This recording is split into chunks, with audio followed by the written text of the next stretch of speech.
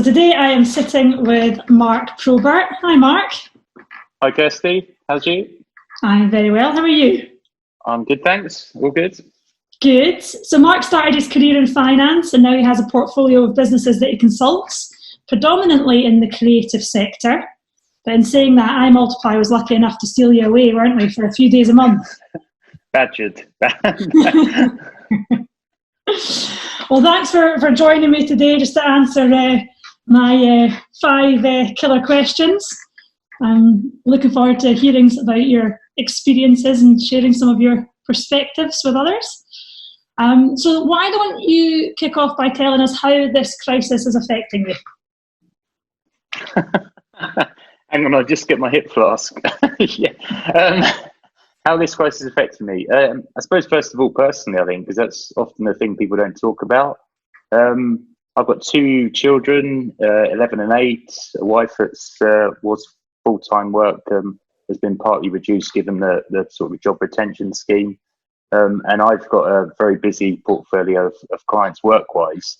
So I suppose personally, it's been quite hard, like many parents, homeschooling. Although I'm quite fortunate. I think we're fortunate our kids are slightly older, so they can kind of cope by themselves for a chunk of the day.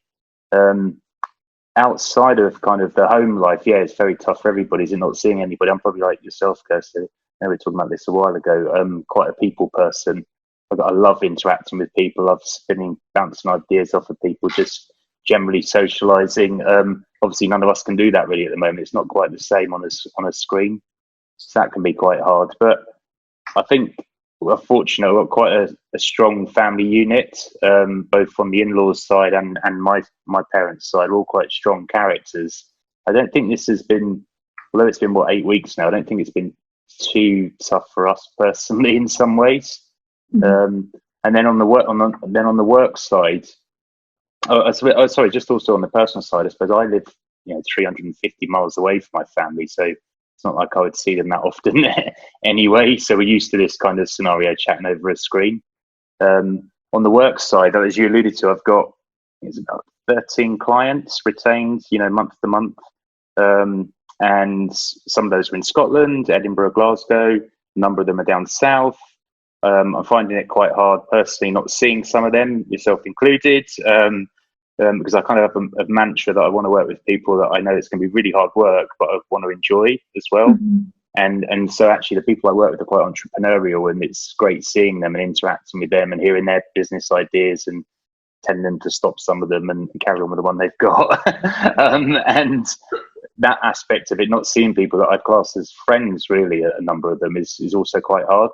Mm-hmm. Notwithstanding then, I suppose the work side it's been, like most finance people, it's been a pretty hectic last 7 or 8 weeks.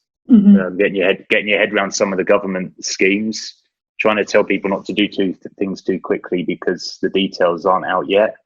A lot of business owners have found that quite tough, not to be able to quite often, you'll know as well, quite often want to make decisions quickly, move mm-hmm. on, do the next thing, move on. And sometimes I think personally people try to do things too quickly, made decisions quite quickly without having all the details. And I know some businesses I work with have made decisions that ultimately were wrong, really. They shouldn't have made them, in terms of maybe telling certain people in the team this is going to happen to them when actually legally perhaps they shouldn't have, but they weren't really waiting for the finer details to come out. So mm-hmm. It's been interesting 7 or 8 weeks work-wise, definitely, yeah. I bet. And if you had to pick one thing from a work perspective that's keeping you awake at the moment, what would you say it is? Keeping me awake? I think the thing that's keeping me awake, and it has been keeping me awake, it's probably why I've got the dark eyes still, is actually, I personally, I find a lot of enjoyment in what I do and what I now do from professing to help people. And that kind of ticks my boat. That's kind of what motivates me. If I can help anybody in any small way, I'll try damn hard to do it. And actually the last 7 or 8 weeks, what's been keeping me awake is thinking about all these ideas and looking into these government schemes and so on, that I can try and help in any small way clients that aren't really all the time financially minded and actually do really need the help. So the keeping me awake bit has been almost the I suppose, a weird word to say, maybe the excitement of almost of trying to unravel the puzzles that are going on at the moment, and how can I articulate that to people that don't really understand finance speak often. I feel like my probably purpose has come through. Actually, somebody said that to me the other day. Do you feel that you now got a purpose? I said, what did I not have before then? but I know what they meant, and I think they're probably right, actually. Yeah. Nice. And what do you think's been your biggest learn since this COVID-19 outbreak? My biggest learn? That's quite an interesting one, actually. TikTok, probably. Right. I want to see your TikTok videos. There's no TikTok videos from here, and never will be in the public domain. Probably my biggest learn has been all the apps that my daughters probably aren't allowed on that they're going on, and how we hack around getting onto them in a way that then there can't be any digital sort of issues coming back to haunt us or them at some point. That's been quite a learning. But I think probably maybe it's not learning, but maybe it's just reinforcing the approach I've often had is, as I said, alluded to there, people reacting too quickly to things. I think we all at the beginning of this, I hate to bang on about the virus, but at the beginning of the virus bit, I think we were all hit by a train, weren't we, initially, in that first week. The Black Monday, I think me and my colleagues called it. We were sat up on the west coast of Scotland, actually, on our sort of strategy get-together.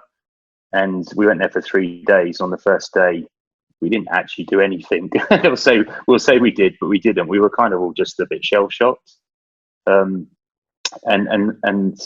I think after that, there were a number of clients that were the same, and then started to try to make rapid decisions. Right, we're going to stop there. We're not going to do this. And actually, the ones that didn't, the ones that took their time and planned and came up with a robust plan, and are now carrying that out and taking their time, are probably the ones that are in a much stronger position. And I mean that with, so for example, a number of marketing agencies I work with, some of them immediately furloughed their marketing person, their own in-house marketing person, which in itself, often an agency can find it quite difficult understanding that they need a marketing person to do their own marketing. It's like the cobbler's shoes scenario. But that was the first thing they did. And actually now they're then regretting that because they need somebody to do their content or their digital marketing, whatever. That's I think, so my learning really has reinforced a bit where I'd say take your time to properly think about the big decisions you're making from a business point of view. Yeah. That's a good learn. So if I asked you to look into a crystal ball, what do you think will be different in the business world once we've come through this? Okay. What would be different? Everyone bangs on about offices at the moment. That seems to be the common discussion. The call I was on this morning was the same thing. We'll be going back to an office. I think that's the obvious one. I think there'll be a lot more remote working. In my opinion, I think there might be a lot more companies where there aren't employees, and the government might have to look at a slightly different way of taxing people around that. Because at the moment, there's a lot of companies with employees. The gig economy started to become quite a thing, hasn't it, in the last couple of years? This is only going to drive more of that.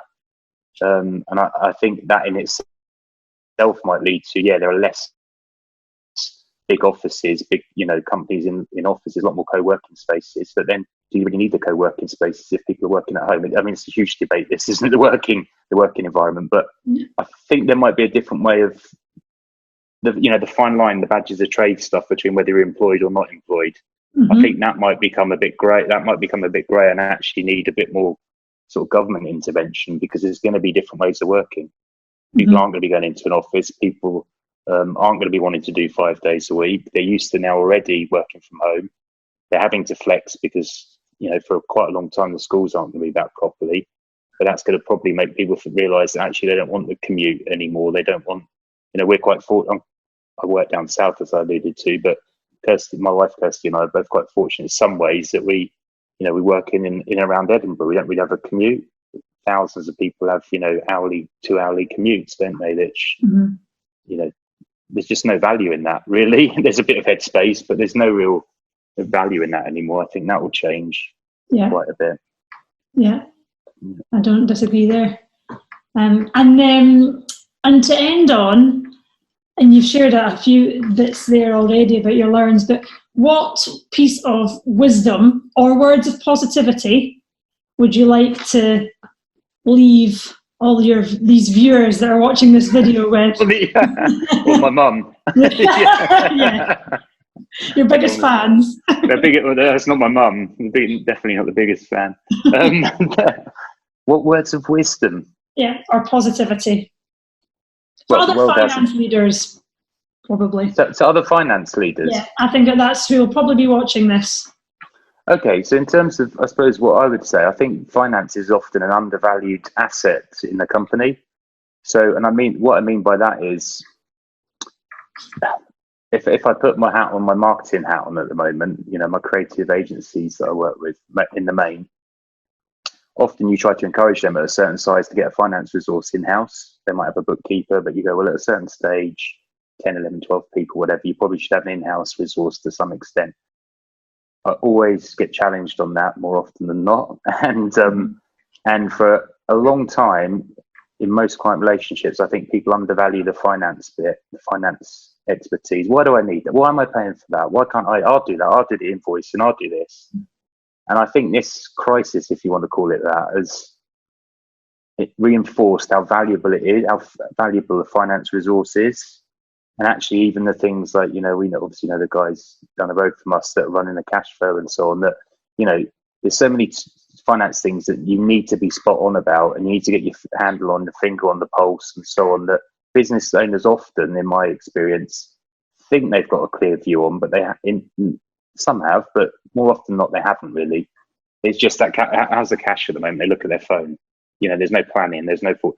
And actually, this bit has probably reinforced how valuable having somebody supporting you on your back almost is. And I think actually going forward, I think there's a lot more opportunity for finance people to do the bit that I love, the multi bit, where I work across different clients. Because that's going to change. The world is going to change, isn't it? That people will see the value in finance, but they'll think, well, I could have a 2-day a week here, and actually, I'll get much better person. I've got a better quality person 2 days a week. And that multiple portfolio is something that I think, if you're that way inclined, is quite an exciting challenge for finance people to be in. It's quite an interesting thing to do, multiple clients, not just one.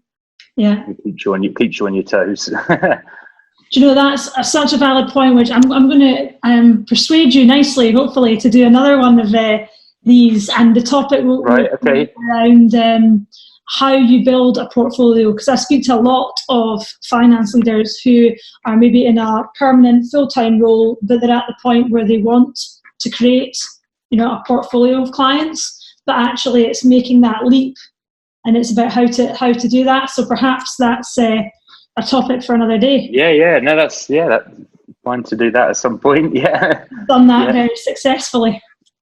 Okay, thank you. Thanks. Well, thanks very much, Mark. No, thanks. It wasn't too bad. Only 5 questions. Thank you. Exactly. Well, you did well. Didn't give you the heads up, so appreciate it, and I'll speak to you soon. All right. Take care, Kirsty. See you soon, hopefully. Cheers.